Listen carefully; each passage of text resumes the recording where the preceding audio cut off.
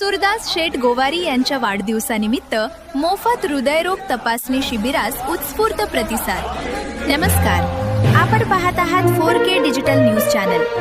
दामाजी गणपत गोवारी विद्यालय and junior college आणि Radhai इन्स्कॅप school Kamothe यांच्या संयुक्त विद्यमाने संस्थेचे चेअरमन सुरदास दादा गोवारी यांच्या वाढदिवसानिमित्त आयोजित करण्यात आलेले मोफत हृदयरोग तपासणी शिबिर उत्साहात आणि यशस्वीरित्या पार पडले। या शिबिरात परिसरातील शेकडो नागरिकांनी सहभाग घेत हृदयविकाराची तपासणी करून आरोग्यविषयक मार्गदर्शनाचा लाभ घेतला।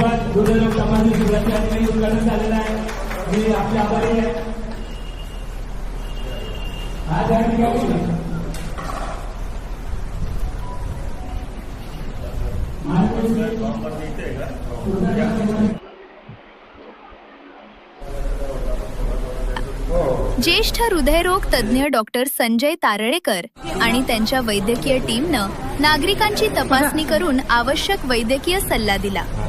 शिबिराचं आयोजन डॉक्टर अनिता तारळेकर फाउंडेशन आणि कोकण रहिवासी संघ यांच्या सहकार्यानं करण्यात आले। यावेळी नगरसेवक राम पाटील, नगरसेवक रवींद्र जोशी, नगरसेवक विकास घरत, समाजभूषण Uttamrao Gaikwad, Haridas Gowari, Mukherjee sir, Mullemwar sir, Bidwe madam, Shantaram Bhagat, Sudhakar Patil, Manoj, doctor Asmita Saramalkar, doctor Sanjay Gadkar, Neelam Andhre, Vidya Mohite आणि चे संपादक गौरव जहागीरदार यांच्यासह विविध क्षेत्रातील मान्यवर, शिक्षक, सामाजिक कार्यकर्ते आणि नागरिक मोठ्या संख्येने उपस्थित होते। कार्यक्रमाच्या यशस्वी आयोजनासाठी विद्यालयाचे शिक्षक, शिक्षकेतर कर्मचारी, स्वयंसेवक तसेच वैद्यकीय पथकानं विशेष परिश्रम घेतले। उपस्थित मान्यवरांनी सुरदास दादा गोवारी यांच्या सामाजिक बांधिलकीचे कौतुक करत अशा आरोग्यविषयक उपक्रमांची समाजाला मोठी गरज असल्याचे मत व्यक्त केले। शिबिराला नागरिकांचा उत्स्फूर्त प्रतिसाद लाभला असून आयोजकांनी उपस्थित सर्व मान्यवर, डॉक्टर, स्वयंसेवक आणि नागरिकांचे आभार मानले।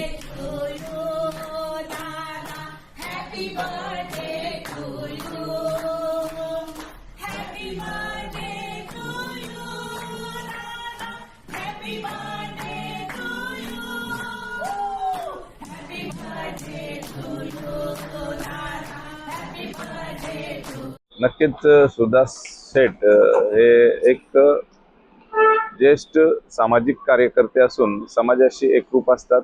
तसेच आमचे एक पारिवारिक संबंध आहेत। त्याच्यामुळे आज सुरदास शेठ यांना आम्ही वाढदिवसाच्या शुभेच्छा देण्यासाठी आलो होतो। त्या माध्यमातून आज त्यांच्या इथे आरोग्य शिबिर ठेवलेलं आहे। म्हणजे समाज उपयोगी कार्यक्रम त्यांच्या माध्यमातून वेगवेगळ्या पद्धतीत करत असतात। जरी ते राजकारणात जितके सक्रिय नसले तरी समाजकार्यात योग्य पद्धतीत सक्रिय असतात आणि समाजाशी एक वेगळ्या पद्धतीत नाल जुळलेले आहे। म्हणजे सर्वसामान्य कार्यकर्ता असेल, सर्वसामान्य नागरिक असेल, यांच्याशी त्यांचा एक जिव्हाळ्याचा नाता आहे आणि त्याच नात्याचा एक त्यांना आज वाढदिवसाच्या निमित्त अनेक नागरिक असतील की आम्ही सर्व सहकारी त्यांना शुभेच्छा देण्यासाठी आलो। सामाजिक, राजकीय, सांस्कृतिक, शैक्षणिक सहकार क्षेत्रामध्ये काम करणारे आमचे आदरणीय मित्र आणि महाराष्ट्र प्रदेश राष्ट्रवादी काँग्रेस पक्षाचे सचिव आदरणीय सुरदास दादा गोवारी यांचा 59वा वाढदिवस साजरा होत असताना एक फार मोठा आनंद होतो। आणि सकाळपासून जुनी शाळा, नवी शाळा या ठिकाणी लोकांच्या शुभेच्छा देण्यासाठी आबालवृद्धांचा ओघ लागलेला। शाळेमध्ये पहिल्या शाळेमध्ये अत्यंत चांगला कार्यक्रम झाला। विद्यार्थ्यांनी जे दादाला आशीर्वाद दिला तर ते कशा शब्दात वर्णन करावं ह्यात प्रश्न मोठा आहे।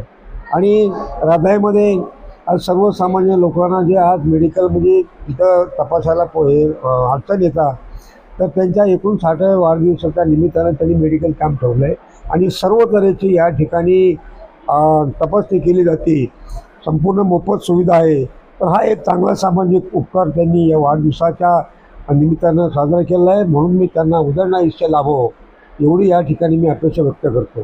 सुरदास शेठ गोवारी एक आपले राजकीय सहकारी आहेत, पण एक आपले मित्र आहेत। एक व्यक्तिमत्व म्हणून आणि एक माणूस म्हणून आपण त्यांच्याकडे कसं बघता? हे सुरदास शेठ हे माझे कौटुंबिक मित्र आहेत। माझ्या वैयक्तिक म्हणण्यापेक्षा माझं जे कुटुंब आहे, माझे मुलं, माझे मुले, इव्हन माझ्या नातवंड देखील हे सुरदास गोवारीला परखा मानतच नाही। एवढे आमचे कौटुंबिक जवळ आहेत. आमचा कुठलाही कार्यक्रम असेल, त्यांचा कुठला असेल, त्याला आनंदाचा असेल, दुःखाचा असेल, सर्वमध्ये आम्ही एकमेकाच्या कार्यक्रमामध्ये आपलेपणा म्हणून ज्यावेळेस सामील होतो त्यावेळेस एक वेगळं वाटतं. किंवा असे देखील अनेक काळाला असे मित्र असावे जेणेकरून सामाजिक एकता किंवा जे अडचणी असते ते दूर व्हायला मदत होती. म्हणून मी भारावून गेलेलो आहे. आणि त्यांनी हा जो आज उपक्रम ठेवलेला आहे मेडिकलचा, ते सामाजिक सेवा ज्याच्यामध्ये मी वावरतो तोच माझा उपक्रम आहे. त्याच्यामुळं दादाची कल्पनाही फार चांगली आहे. म्हणून एक आज मित्राचा वाढदिवस होत असताना समाजोपयोगी कसं काही कामं करतील हे पाहून फार बरं वाटतं ना. आज आपल्या वाढदिवसानिमित्त इथे खूप सारे पाहुणे येऊन गेले, मोठे मोठे व्यक्तिमत्व येऊन गेले, म्हणजे आणि शिक्षक कर्मचारी. तर आपण एवढ्या लोकांचे म्हणजे आपल्यावरती प्रेम आहे म्हणून लोक आपल्याला भेटायले, कसं बघता याच्याकडे? सर त्याच्या बघण्याचा दृष्टिकोन बघा, आपण जर माणुसकीत राहिलो तर सर्व लोक माणुसकीत आपल्याशी वागत असतात. आपण प्रेम दिल्याने प्रेम वाढतो म्हणतात, ठीक आहे, आपला तो स्वभावातच आहे. कारण मनुष्य प्राणी किंवा मैत्री हे सांभाळणं एक सर्वच जणांना माझं जमत नसेल. परंतु आपण गोर गरीब असो, श्रीमंत असो, मोठा लहान असा कधी मनी भेदभाव नसताना आपण सर्वांच्या खांद्यावर हात टाकून बंधुभावाप्रेमाने त्यांना वागणूक दिलेली आहे. म्हणून कदाचित माझ्यावर ते लोक प्रेम करत असतील. आणि शाळा शैक्षणिक झालं, हॉटेलिंग झालं, कंपनी झाले. आज परदेशामध्ये जरी आपण काम करतोय ती परदेशाची कंपनी देखील नावारूपाला आली DMship रिपेअरच्या नावानं.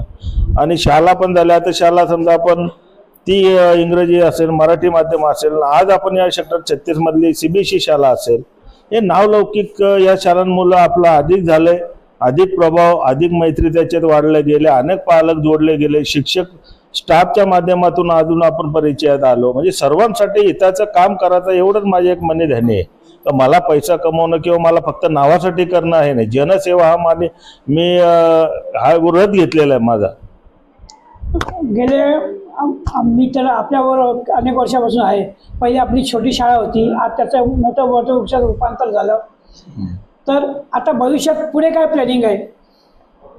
सर भविष्यात देखील शैक्षणिक क्षेत्रासारखं क्षेत्र कोणताच नाही. अनेक आपण समजा पैसा कमवणं, प्रत्येक क्षेत्रात माणूस जो झोकून जातो तो पैसा 2 पैसे कमवण्यासाठीच जातो.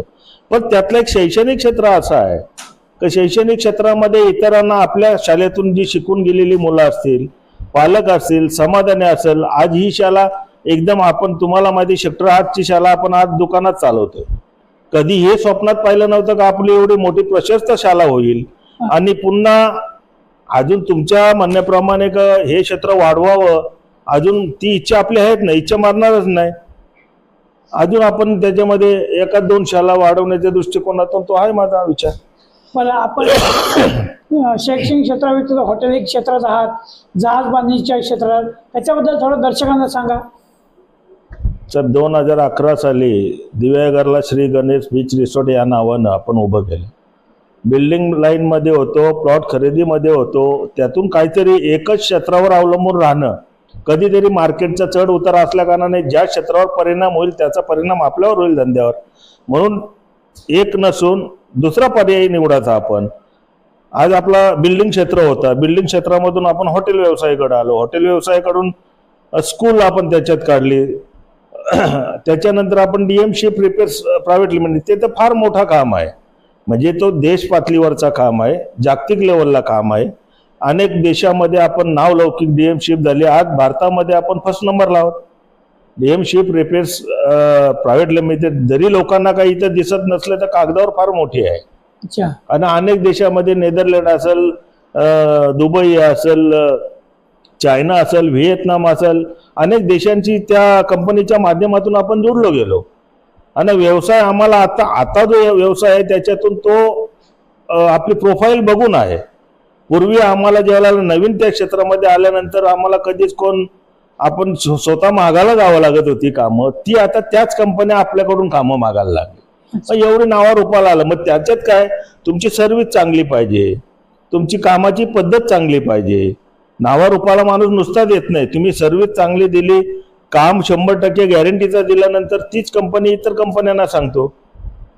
जागतिक लेवलला एक ठसा उमटणं. आज अनेक देशातून जवळजवळ 15 ते 16 हजार फॉलोअर्स वर्ल्ड मधून आहे. त्याच्यामुळे थोडक्या कालावधीत ती नावारूपाला आली. तसं श्री गणेश बीच रिसॉर्ट सुद्धा 3.8ला आहे, म्हणजे 4 स्टारच्या आसपास आहे.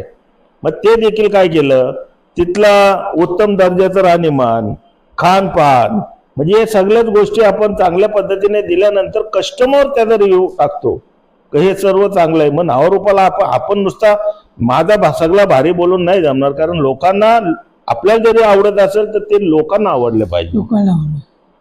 आज आपल्या वाढदिवसानिमित्त इथे आरोग्य शिबिर ठेवलेलं आहे, हृदयाचं चेकिंग त्याच्याबद्दल थोडं सांगा. उपक्रम का ठेवशी वाटला? आपण सर्व क्षेत्रामध्ये साहेब काम करत असताना आपल्या आधिपत्याखाली जे समजा सिनियर सिटीजन एवढा मोठा ग्रुप आहे, आपला स्टाफ आहे, प्रत्येक जण आपापल्या कामामध्ये व्यस्त असतो. म्हणजे आजचा दिवस तो निवडण्या त्याच्या मागचा हेतू हाच आहे का कमसे कम त्या निमित्ताने प्रत्येक माणूस काय कधी एखादी घटना घडल्यानंतर तो जातो, परंतु तत्पूर्वी त्याच्या अगोदर हा कामचा कमसे कम निदान तरी लागेल. आपण ECGच्या माध्यमातून आपला शुगर काय, ब्लड प्रेशर काय, हे मेन मुळात हे खऱ्या मूलभूत आहेत गोष्टी. तर त्याच्या आपण आजच्या या दिवसाच्या निमित्तानं त्यांची तेवढी एक चेकिंग होईल ना, आपल्या हातून ती सेवा होईल, लोकांचा तो एक त्या माध्यमातून तरी पण चेकअप होऊन जाईल रुटीन. हा आपण त्याच्या मागचा हेतू होता. आपण सामाजिक क्षेत्राबरोबर एक राजकीय क्षेत्रात पण आहात. राष्ट्रवादी काँग्रेस शरद पवार गटाचे आपण पक्षाचे उपाध्यक्ष आहात. तर मग पुढे राजकीय करिअरचा काय विचार केलाय?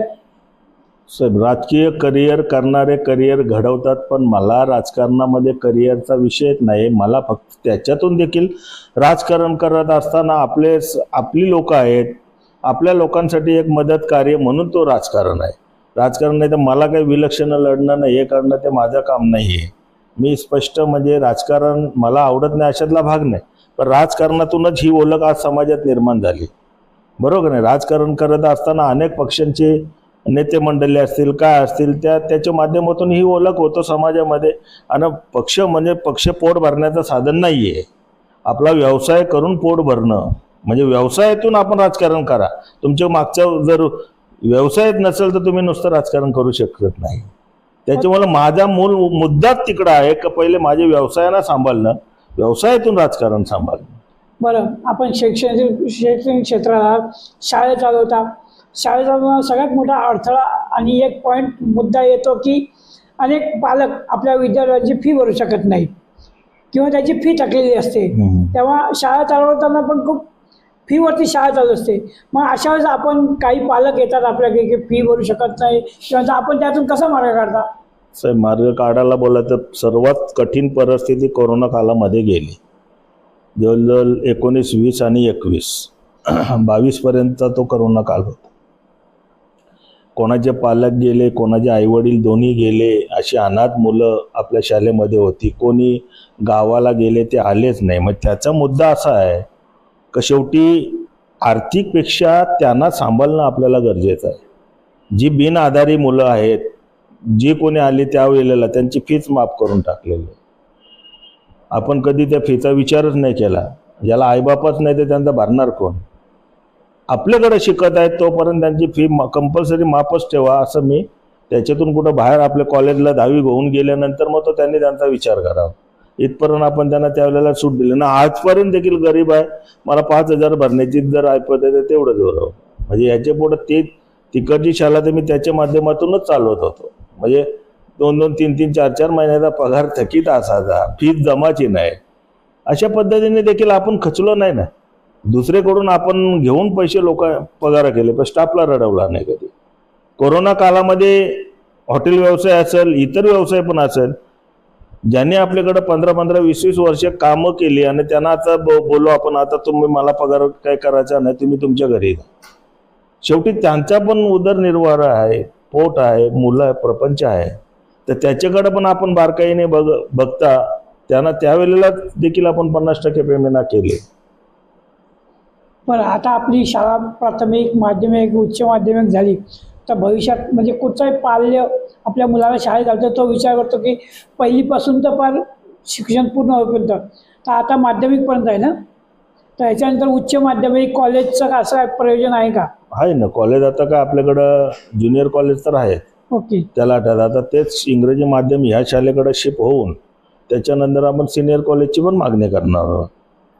म्हणजे का असं एकावर थांबून जमणार का? शैक्षणिक क्षेत्रामध्ये कोणताही क्षेत्र असेल, आता 1 ते 10 पर्यंत असेल तर आपल्याला 10 पर्यंत पोहोचण्याचं स्वप्न आपलं असतो का तिथपर्यंत शेवट जायचंच आपण, हे स्वप्न असतं प्रत्येक व्यवसायात असो शैक्षणिक असो.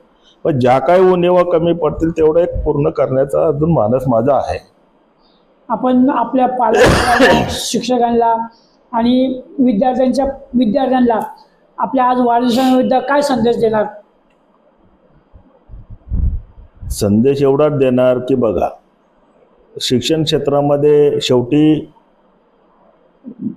जसा आपला मूर्तिकार असतो आणि ती मूर्ती घडवण्याचं काम, आखणी, त्याची कलर, ह्या गोष्टी जर परफेक्ट असतील तर लोकांची नजर आहेत तुमची कुठं खोड आहे ती नेमकीच काढणार. तसं हे दगडधोंडी मुलं म्हणून आपल्याला आलं, त्यांना घडवण्याचं काम शिक्षक करतो. आणि त्यांना सांगण्याचा माझा तात्पर्यच आहे की ही शेवटी बघा, पैसा काम करत नाही. तुम्हाला नावारूपाला येतं त्यांचं शिक्षण, त्यांची शिस्त, या सगळ्या गोष्टी आपल्या शाळेतून त्यांना मिळायला पाहिजे. आणि ह्याच्यातून या भविष्यामध्ये मुलांनी घडावं. आज करिअर का त्यांचा करिअर शेवटी त्यांच्या शिक्षणावर आहे पुढचा. आज जर मुलं शिकलीच नाही, आता आपल्या भागातला सोडा, आपल्याकडे जागा नाही राहिल्या, जमीन नाही राहिल्या, गावात घर नाही, काही करणार राहिले. म्हणजे अशी परिस्थिती जर शिक्षण घेतली असती, चांगले सर्व्हिसला असते, तर आज त्या शाळेतून देखील आज इंजिनियर झाले, वकील झाले, डॉक्टर झाले ना त्या शाळेतून. पण तसंच आता इथे तर उच्च शिक्षण आहे, म्हणजे शिक्षणाचा दर्जा वेगळा आहे. त्याच्यामधून इंजिनियर, डॉक्टर्स, वकील, अनेक कॉम्प्युटर इंजिनियर, अनेक साईट त्याच्यातून 12वी नंतर आहेत. विद्यार्थ्यांनी ते करावं, IAS करावा, IPS करावा. म्हणजे UPSC मधून काही आहेत गव्हर्नमेंट सेक्टर, तर त्याच्यातून आपलं शेवटी कसं प्रत्येक आईबापाला काय वाटतं की माझा मुलगा या शाळेत टाकलाय, चांगलं शिकावं, चांगला मोठा व्हावा, हे प्रत्येक पालकाचा विचार असतो तो. मग त्यांनी शेवटी त्यांचा विचार सार्थ करण्याचं काम हे मुलांवर आहे. आणि मुलांवर शिक्षण घेत असताना आपल्या घरातील संस्कार देखील त्या पद्धतीनेच पाहिजे. संस्कार महत्वाचे आहेत. संस्कार तरच ती मुलं घडतील. नाही तर इथून गायला इकडे शिक्षण केलं, आईबाप नोकरीला, कुठं काय त्यांच्याकडे जर लक्ष नसेल तर ती कशी काय क्षेत्रामध्ये राहतील? कोणाची संगत लागली खराब का निघून जातील दुसऱ्या संगतीला, असं होतं. ठीक आहे. हे होते सुधाशेठ गोवारी, दामाजी गणपत गोवारी शाळेचे संस्थापक आणि चेअरमॅन, आणि सामाजिक कार्य, राजकीय क्षेत्रात आणि हॉटेल क्षेत्रात, उद्योग क्षेत्रात असे त्यांचे लौकिक आहे. तरी त्यांना आज वाढदिवसाच्या